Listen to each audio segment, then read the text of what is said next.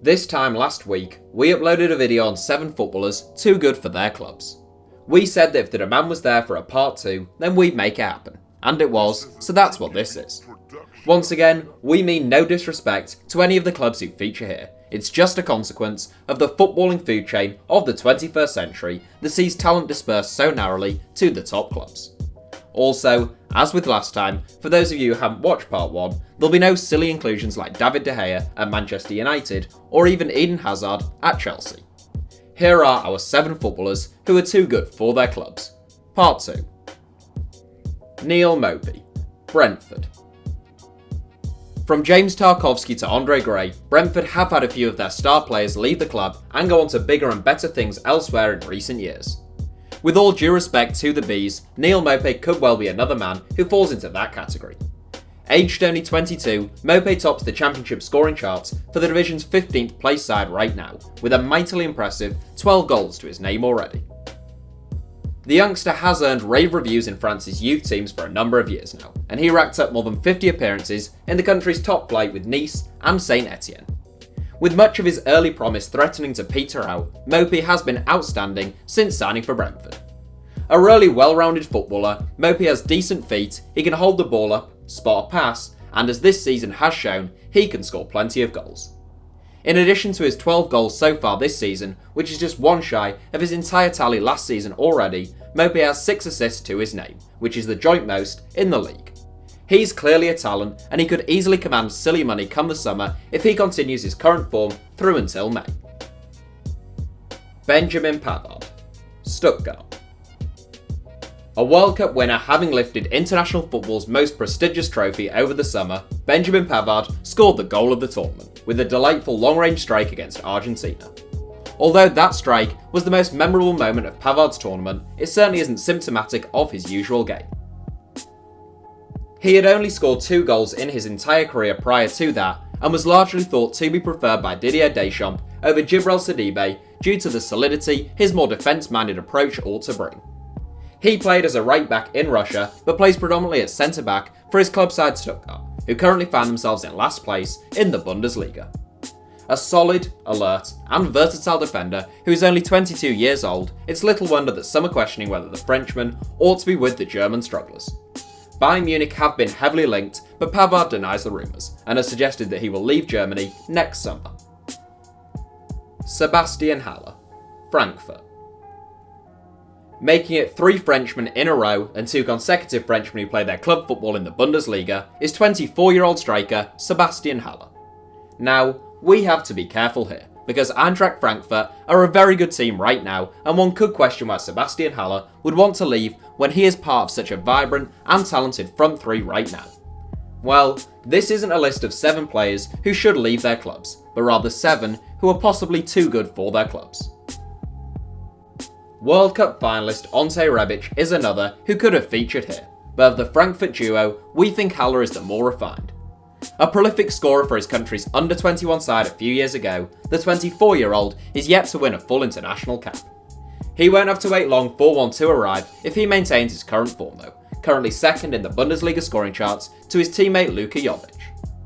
Haller is tall, strong, he has a neat touch, and he's showing himself to be a handy marksman in front of goal this season. He has been linked with a January move to Newcastle United, which speaks volumes about the amount of money in the Premier League right now, but we'd suggest that might not be the shrewdest move for Haller. Hakim Ziyech, Ajax. It seems wild to suggest that anyone who isn't one of the best players in the world in their position is too good to play for Ajax, but that's where we're at now, and since we included a PSV player last week, there's no way to justify not including an Ajax player.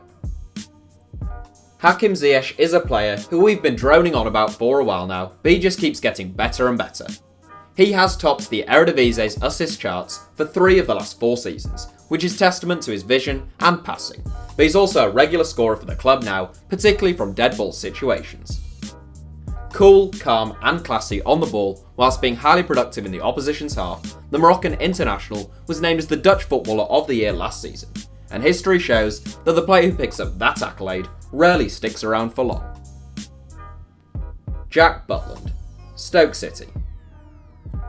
England's second choice goalkeeper, Jack Butland, never looked out of place in the Premier League, and one might suggest that he is a better shot stopper than a handful of current top flight keepers. With that in mind, it seems a bit mad that he is playing football in the Championship at the age of 25. Following the Potters' relegation last season, many people expected Butland and Joe Allen to be on their way out of the Bet365 stadium, but they stuck around. On paper, the Stoke City squad is the best in the division, but they're languishing in 14th place right now. Given that he was linked with both Arsenal and Chelsea before the Londoners brought in new goalkeepers over the summer, Butland could be forgiven for thinking about what might have been. Emiliano Sala, Nantes. Whilst it was Liverpool sensation Mohamed Salah who stole all the headlines with his remarkable rate of goal scoring in England last season, it looks like Emiliano Sala is going to be the name on everyone's lips, in France at least this season. The former Bordeaux prospect appears to be a bit of a late bloomer, having exploded into life this season at the age of 28. The uncapped Argentinian is currently tied at the top of the Ligue 1 scoring charts with Kylian Mbappe with 11 strikes each. Hard-working, strong, and typically pretty reliable in front of goal, Salah is obviously a decent player, but it remains to be seen whether he has finally reached the level he is capable of playing at, or whether his start to this season is just a purple patch of form. He has been linked with the transfer to Everton, who are lacking a proven frontman themselves. The honourable mentions. Last week, we didn't do any honourable mentions because we said there was a decent chance we'd do a part 2 if the views were good and the interest was there. Well, this week, we're going to do the same. We still have a large shortlist of players who we feel could have featured in parts 1 or 2. So if you'd like to see a part 3, let us know in the comments and we'll do it if the interest is there. Jonas Hector, Koln. As with last time, this 7 is in no particular order, but I have to say that if it were, Jonas Hector would be a worthy top spot. Capped 41 times by Germany, Hector's consistently been one of the best left-backs in the Bundesliga over the last 4 years. That was until Cologne were relegated from Germany's top flight last season, meaning Hector is now plying his trade in the second tier. We hugely admire the 28-year-old's loyalty, but it is a little bit bizarre in the modern game. Last April, Hector was being heavily linked with Bayern Munich, Borussia Dortmund and Liverpool. Most players would be licking their lips at the prospect of playing for one of that trio, but Hector decided to extend his deal with Cologne.